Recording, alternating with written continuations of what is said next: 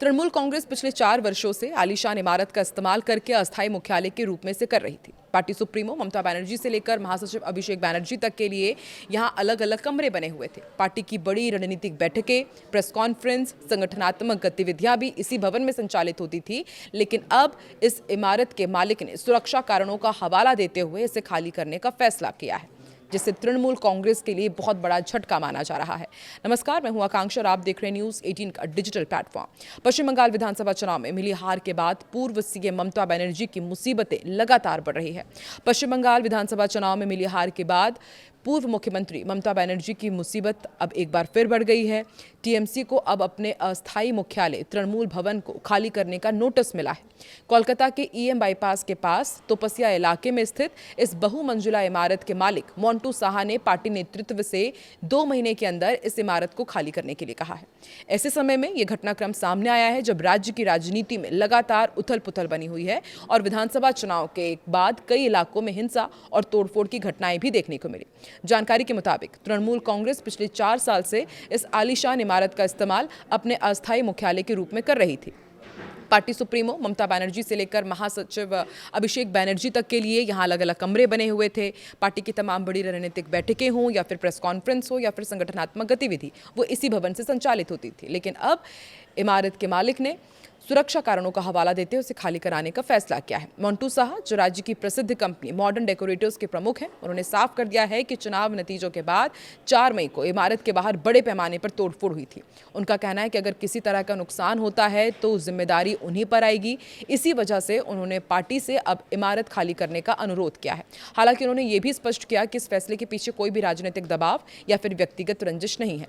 दरअसल साल 2021 विधानसभा चुनाव में जीत के बाद टीएमसी ने अपने पुराने मुख्यालय के पुनर्निर्माण का फैसला किया था। पुरानी इमारत को गिराकर आधुनिक ढांचा तैयार किया जा रहा था और इसी कारण 2022 में ये इमारत किराए पर ली गई थी।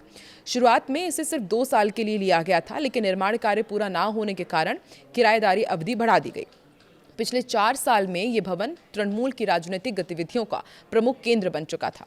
प्रदेश अध्यक्ष सुब्रत बख्शी, उपाध्यक्ष जयप्रकाश मजूमदार इसकी देखरेख करते थे। राज्य के तमाम मंत्री, विधायक और पार्टी नेता रोजाना यहाँ बैठकों के लिए पहुंचते थे। और अब इस नोटिस के बाद बंगाल की राजनीति में चर्चाएं तेज हो गई है। विपक्ष इसे तृणमूल के कमजोर होते राजनीतिक प्रभाव से जोड़कर देख रहा है, जबकि पार्टी की तरफ से अभी तक इस पूरे मामले पर कोई भी आधिकारिक बयान सामने नहीं आया है। वहीं नंदीग्राम उपचुनाव से जुड़ा हुआ भी एक बड़ा अपडेट है। पश्चिम बंगाल के नंदीग्राम उपचुनाव से ठीक पहले टीएमसी को एक बार फिर बहुत बड़ा झटका लगा है। कभी ममता बनर्जी के बेहद करीबी रहे आंदोलन के महानायक शेख सुफियान ने टीएमसी का चुनावी टिकट ठुकरा दिया है।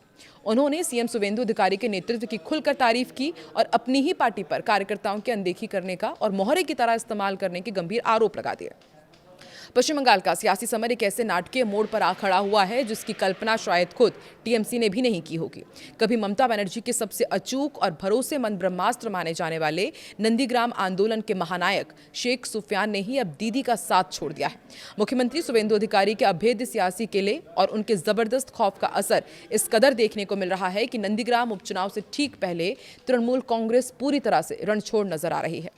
सीएम शुवेंदु अधिकारी द्वारा खाली की गई इस हाई प्रोफाइल सीट पर टीएमसी के टिकट से चुनाव लड़ने के प्रस्ताव को शेख सुफियान ने न सिर्फ सिरे से ठुकरा दिया, बल्कि अपनी ही पार्टी के खिलाफ एक ऐसा खौफनाक और तीखा जहर उगला है जिसने बंगाल की राजनीति में भूचाल ला दिया है। ममता बनर्जी के बेहद करीबी नेता डोला सेन जब खुद सुफियान के घर नंदीग्राम में उन्हें मनाने और पार्टी का टिकट सौंपने पहुंची तो सुफियान का गुस्सा फूट पड़ा। उन्होंने 2 टूक शब्दों में चुनाव लड़ने से इनकार करते हुए आरोप लगाया कि संकट के समय पार्टी का कोई भी नेता या फिर जमीनी कार्यकर्ता की सुध नहीं लेता है और उन्हें सिर्फ मोहरे की तरह इस्तेमाल किया जाता है। इतना ही नहीं, सुफियान ने सीएम शुवेंदु अधिकारी की संगठनात्मक क्षमता और उनके नेतृत्व की जमकर तारीफ की। उन्हें नंदीग्राम के विकास के लिए सबसे योग्य नेता करार दिया।